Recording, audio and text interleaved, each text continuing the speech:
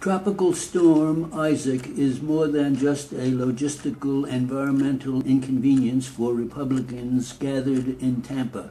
It is a powerful reminder both of Republican incompetence in handling Hurricane Katrina 7 years ago and the party's no less disastrous plans in further cutting emergency-related spending.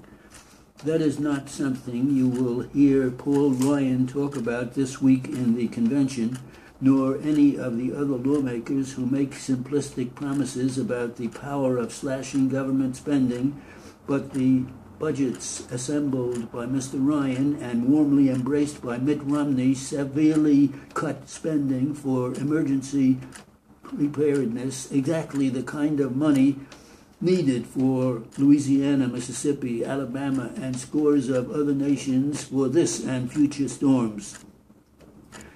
Between 2010 and 2012, House Republicans forced a reduction of 43% of the primary grants from the Federal Emergency Management Agency that pay for disaster preparedness. That is $1.8 billion that will not be available for evacuation equipment and supplies, communications gear that lets first responders speak to one another, and training exercises. House Republicans tried to cut $354 million more in this year's Homeland Security spending, but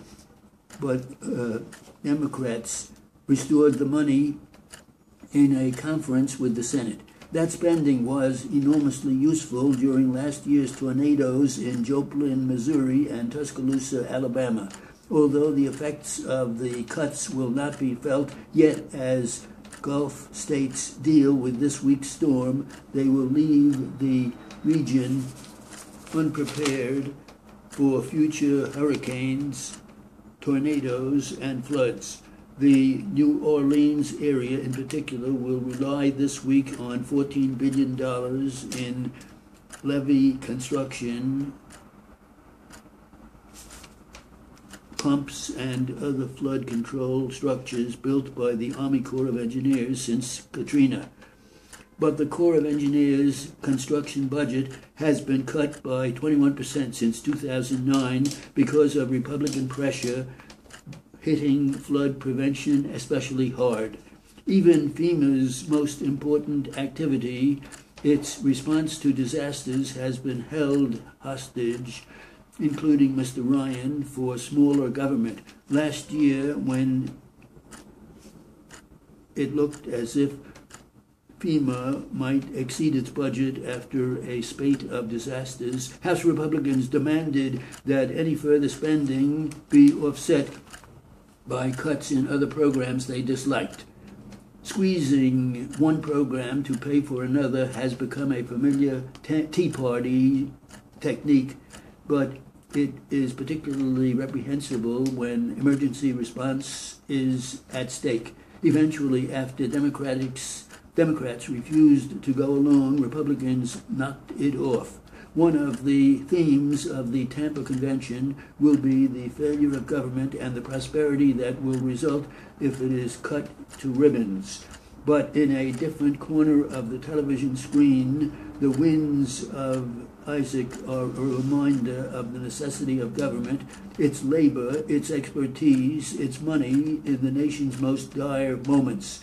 It's hard to forget what happened to New Orleans when the Republicans can philosophize as to what happened in 2005, and it will be harder still to explain how it might be allowed to happen again.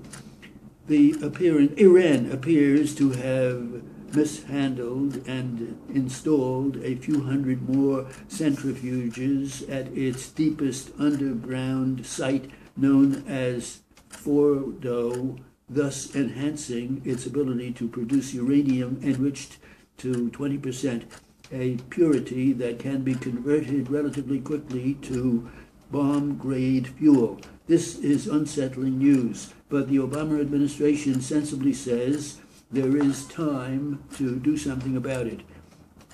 a diplomatic situation despite a growing pressure for military action from Israel and its supporters.